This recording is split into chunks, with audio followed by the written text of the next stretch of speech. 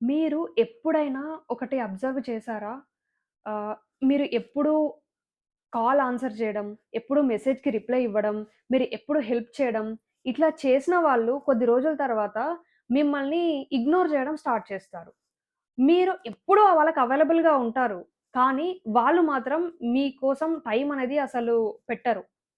అప్పుడు మీరు మీ బ్రెయిన్‌లో ఏమనుకుంటారు? అరే! అసలు నేనేం మిస్టేక్ చేశాను? నేను ఎప్పుడు సపోర్ట్ చేశాను? నేనెప్పుడు కేర్ చేశాను? అయినా గాని వీళ్ళు నాతోని ఎందుకు డిస్టెన్స్ క్రియేట్ చేస్తున్నారు? అని అనుకుంటారు. ఈరోజు ఈ వీడియోలో మీరు మనం ఎక్కువగా అవైలబుల్‌గా ఉంటే పీపుల్ మనల్ని ఎందుకు ఇగ్నోర్ చేస్తారు? మనం ఎక్కువగా లవ్ చేసినా ఎందుకు ఇగ్నోర్ చేస్తారు? అన్న విషయము తెలుసుకుంటారు. అండ్ దీని వెనకాలున్న సైకలాజికల్ హిడెన్ రూల్స్‌ని కూడా మీరు ఈరోజు వీడియోలో అర్థం చేసుకుంటారు. ఈ వీడియో చూడడం వల్ల మీరు ఎమోషనల్ స్ట్రెంత్ పెరిగి రెస్పెక్ట్‌ని ఎట్లా ఎర్న్ చేసుకోవాలి అన్నది తెలుసుకుంటారు.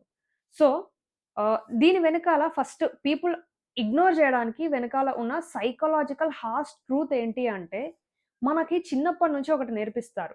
అదేంటి అంటే అందరితో మంచిగా ఉండాలి. అందరికి హెల్ప్ చేయాలి. ఎవ్వరిని హర్ట్ చేయొద్దు అని. ఇది ప్రాబ్లమ్ కాదు. కానీ దీంట్లో ఒక హిడెన్ ఆహ్, ప్రాబ్లమ్ అనేది దాగి ఉంది. అదేంటి అంటే, మనము ఎక్కువగా మన లైఫ్‌లో వేరే వాళ్ళకి ప్రయారిటీ ఇస్తే, కొద్ది రోజుల తర్వాత వాళ్ళు మనల్ని చీప్‌గా చూడడం అనేది చీప్‌గా ట్రీట్ చేయడం అనేది స్టార్ట్ చేస్తారు. ఫర్ ఎగ్జాంపుల్ మీ ఫ్రెండ్‌కి బోర్ కొట్టింది. తను మీకు కాల్ చేశాడు. కాల్ చేసినప్పుడు మీరు ఆ కాల్ ఆన్సర్ చేసి మాట్లాడారు.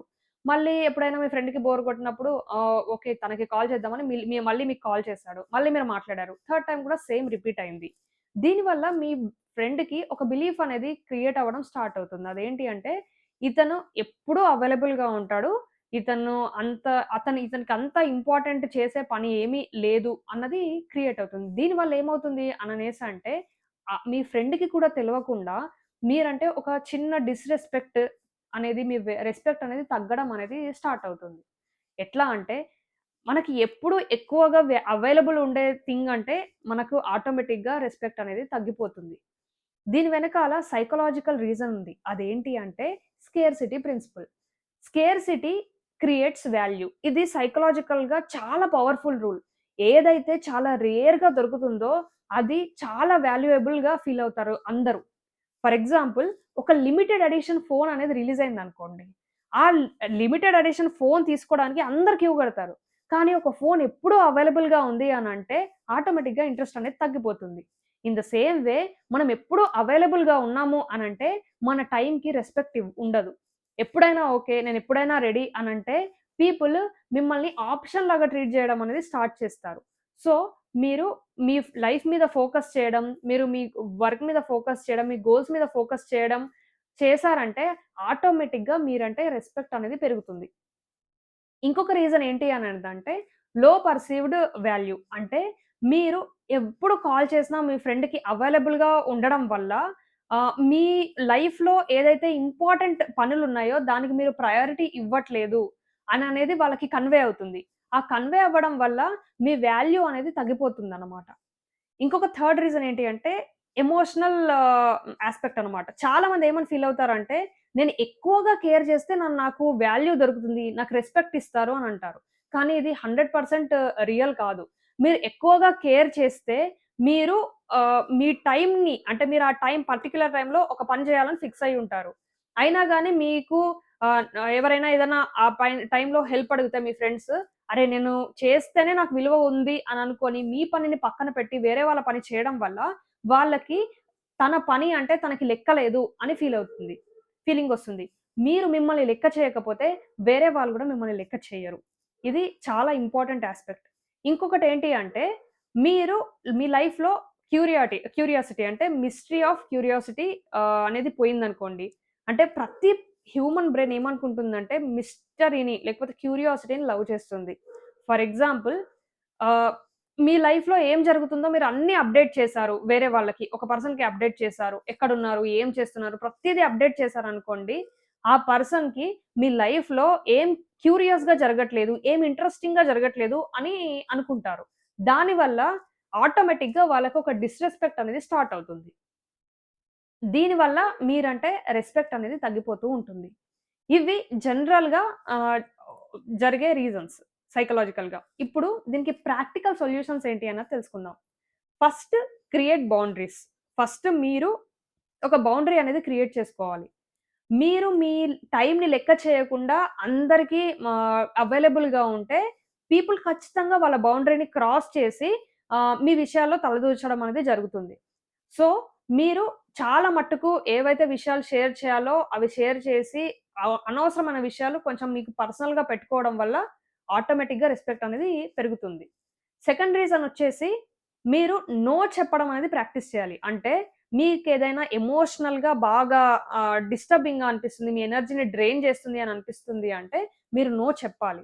దానివల్ల మీరు మీ ఆహ్, టైమ్‌కి విలువ ఇచ్చినట్టు ఉంటుంది. అంటే మీకెవరైనా ఫోను చేసి ఇప్పుడు ప్లాన్ చేస్తున్నాము. ఈ లాస్ట్ మినిట్ ప్లాన్ నువ్వు వస్తావా అని అడిగితే ఆహ్, ఖచ్చితంగా వస్తాను. నేనెప్పుడు రెడీ అని అనుకోకుండా మీరు మీ ఆ పర్టిక్యులర్ టైమ్‌లో మీరు ఏ వర్క్ అయితే చేయాలని అనుకుంటున్నారో, అది చేసుకోవడానికి ఎక్కువ ప్రయారిటీ ఇవ్వాలి. అంటే ఈ వీక్ కాదులే నెక్స్ట్ వీక్ చూద్దాము. ఇట్లా అనడం ఇది యారోగెంట్ కాదు. దీనివల్ల మీరు మీ టైమ్‌లో ఒక పర్టిక్యులర్ టైమ్‌లో మీకు చేయడానికి చాలా ఇంపార్టెంట్ వర్క్ ఉంది అని వేరే వాళ్ళకి మెసేజ్ అనేది కన్వే అవుతుంది. ఇది సెకండ్ ఇంపార్టెంట్ థింగ్. థర్డ్ ఏంటి అననేసంటే మీరు మీ కెరియర్‌ని బిల్డ్ చేసుకోవడానికి ఎక్కువ ప్రయారిటీ ఇవ్వాలి. అంటే మీకు ఒకవేళ ఇంపార్టెంట్ థింగ్స్ ఉన్నాయి చేయడానికి. కెరియర్‌లో వర్క్ ఉంది, గోల్ ఉంది. దాని మీద ప్రయారిటీ ఇస్తున్నారని అనుకోండి. ఆటోమేటిక్‌గా పీపుల్ మీకు అట్రాక్ట్ అవుతారు. ఎందుకంటే మీ లైఫ్‌లో క్యూరియస్‌గా జరుగుతుంది గదా! మీరు క్యూరియస్‌గా వేరే థింగ్స్‌ని అచీవ్ చేయడానికి చూస్తున్నారు. అప్పుడు పీపుల్ గూడా క్యూరియస్ ఉంటారు. అరే! వీడు ఇది చేస్తున్నాడా లేదా అని.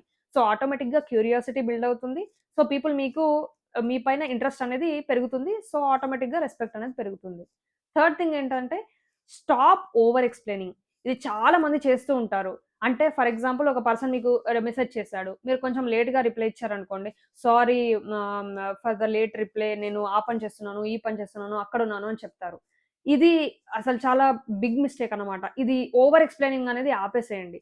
ఇన్‌స్టెడ్ మీరు చెప్పొచ్చు సారీ బిజీ అని చెప్పేసి సింపుల్‌గా అట్లా చెప్తే అది సింపుల్‌గా ఉంటది. అండ్ మీరంటే మీకు ఒక రెస్పెక్ట్ గూడా క్రియేట్ అవుతుంది. ఇంకొకటి డిలే రెస్పాన్సెస్. ఫర్ ఎగ్జాంపుల్ ఎవరైనా మెసేజ్ చేయంగానే వెంటనే రెస్పాన్స్ ఇవ్వకుండా మీరేదైనా పనిలో ఉన్నారంటే, ఆ పనిని ఫినిష్ చేయండి. మీరు డిలే రెస్పాన్సెస్ చేసినా గాని ఓకే. No issues. మీరెప్పుడు రెస్పాన్స్ ఎవరైనా మెసేజ్ చేయంగానే వెంటనే రెస్పాన్స్ ఇస్తే, వాళ్ళకి మీరు ఆ పర్సన్ నీడ్‌లో ఉన్నారు, లేకపోతే చాలా డెస్పరేట్ ఉన్నారు పీపుల్ అంటే అన్న మెసేజ్ కన్వే అవుతుంది. సో, డిలే మెసేజ్ ఇవ్వడం ఏం తప్పు కాదు. అది ఇంకా మీకు వాల్యూ అనేది యాడ్ చేస్తుంది. మీరొక్కటి గుర్తుపెట్టుకోండి. మీరు సైకలాజికల్‌గా మీకంటూ ఎవ్వరు రెస్పాన్స్ ఇవ్వకపోయినా మీ మెసేజ్‌కి, లేకపోతే మీకెవరు మెసేజ్ చేయకపోయినా, మీరు స్ట్రాంగ్‌గా ఉన్నారు అన్న మెసేజ్ కన్వే అవుతేనే వేరే వాళ్ళకి, మీరంటే వాల్యూ అండ్ రెస్పెక్ట్ పెరుగుతుంది. సో, మీరు మీ లైఫ్ మీద ఫోకస్ చేయండి. మీ గోల్స్ మీద ఫోకస్ చేయండి. ఆటోమేటిక్‌గా మొత్తం వరల్డ్ మీ వెనకాలొస్తుంది. ఈ వీడియో గనక మీకు వేకనింగ్ అప్ కాల్ అనిపిస్తే డెఫినిట్‌గా లైక్ చేయండి. ఇట్లాంటి ఇంట్రెస్టింగ్ వీడియోస్ కోసం ఛానెల్‌ని సబ్స్క్రైబ్ చేసుకోండి.